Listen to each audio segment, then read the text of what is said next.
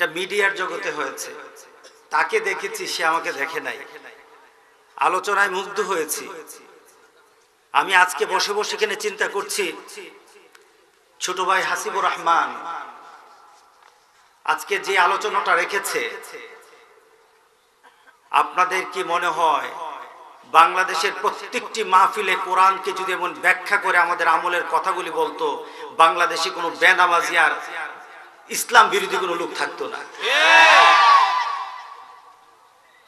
কথার একটা ডাইমেনশন ছিল, কথার একটা যুক্তিকতা ছিল, কথাতে দলিল ছিল, কথাতে প্রমাণ ছিল, আর সেই কথার মাঝে আল্লাহ সন্তুষ্টি ছিল।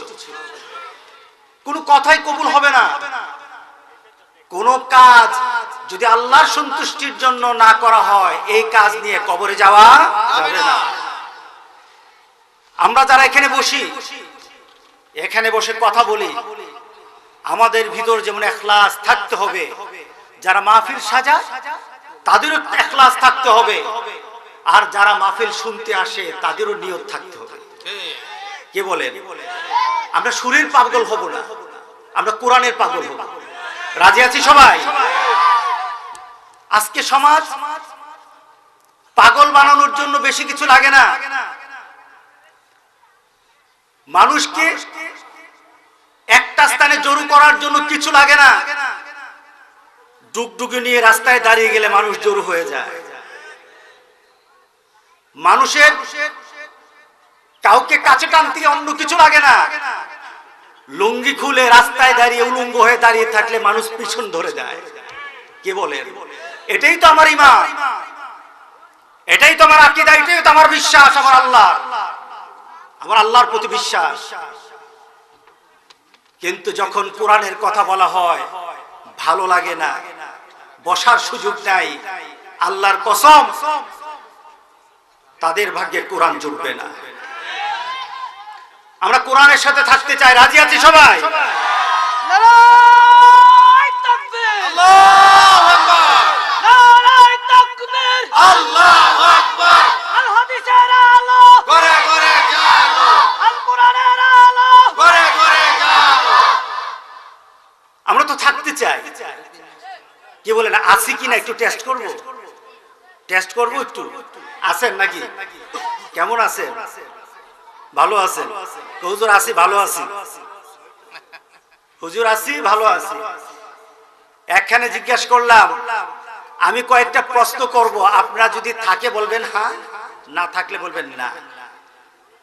বললাম সমাজে নামাজ আছে না গেছে? বলেন তো, আছে না গেছে? আছে। মরছে, মরা, এই মরা পুকুরের পাড়ের মতো অবস্থা হয়ে গেছে। আজকে প্যান্ডেল ভরা হলো না কেন? কারণ এটা কোরআনের সহি কথা তো। কিন্তু যখন জেমস আর ব্যামস আসে, জায়গা দেওয়া যায় না।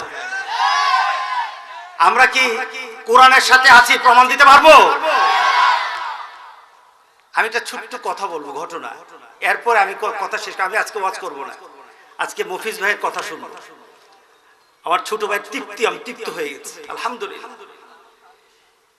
সে আমাদের প্রয়োজনীয় কথাগুলি, যেগুলি আমাদের জন্মের সাথে কথা, আমার ছেলের, আমার মেয়ের ভবিষ্যৎটা কোন দিক হবে, দিকটা বাতলিয়ে দিয়েছে।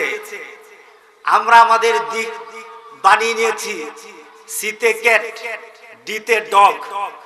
আমার সন্তানের জবান দিয়ে যখন সি আর ডি বের হয়, আমার সন্তান যখন মায়ের কুলে থাকে তখন সুন্নত তরিকায় থাকে না। আমার সন্তান যখন দুনিয়াতে আসে, রাসূল যেভাবে সন্তান বড় করতে বলেছেন ওইভাবে বড় হয় না।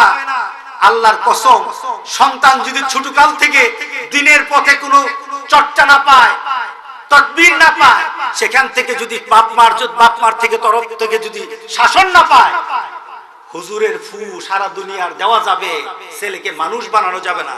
কথা ঠিক আছে বলে? বরঞ্চ আমার সন্তান জন্মের সাথে সাথে তাকে জানিয়ে দিতে হবে তুমি মুসলমান। তুমি কি মুসলমান? মুসলমানের বাচ্চা মুসলমান। তুমি কুকুর শিকালের বাচ্চা নও। তোমার একটা নীতি আছে, তোমার নীতির নাম হলো মুহাম্মদ রাসূলুল্লাহ সাল্লাল্লাহু আলাইহি সাল্লাম। কথা ঠিক আছে কিনা বলেন? কিন্তু আজকে সমাজের সন্তানগুলি হয় সব করে সুন্নত করে না, সব করে সুন্নত তরিকা বড় করে না। কি বলেন, ঠিক আছে কিনা বলেন? আজকে ভাবতেছিলাম সে 20টা আপনাকে পথ দেখিয়েছে, নীতি দেখিয়েছে, ওই নীতিতে সন্তানকে বড় করলে এই সন্তানকে ওলি বানাবে কে? সুবহানাল্লাহ। আমরা বলি রাসূল আছে, আমরা বলি রাসূলের সাথে আছি। কি বলেন, রাজি আছেন তো? কে কে রাজি দেখি একটু। নারে তাকবীর, আল্লাহু আকবার, নারে তাকবীর।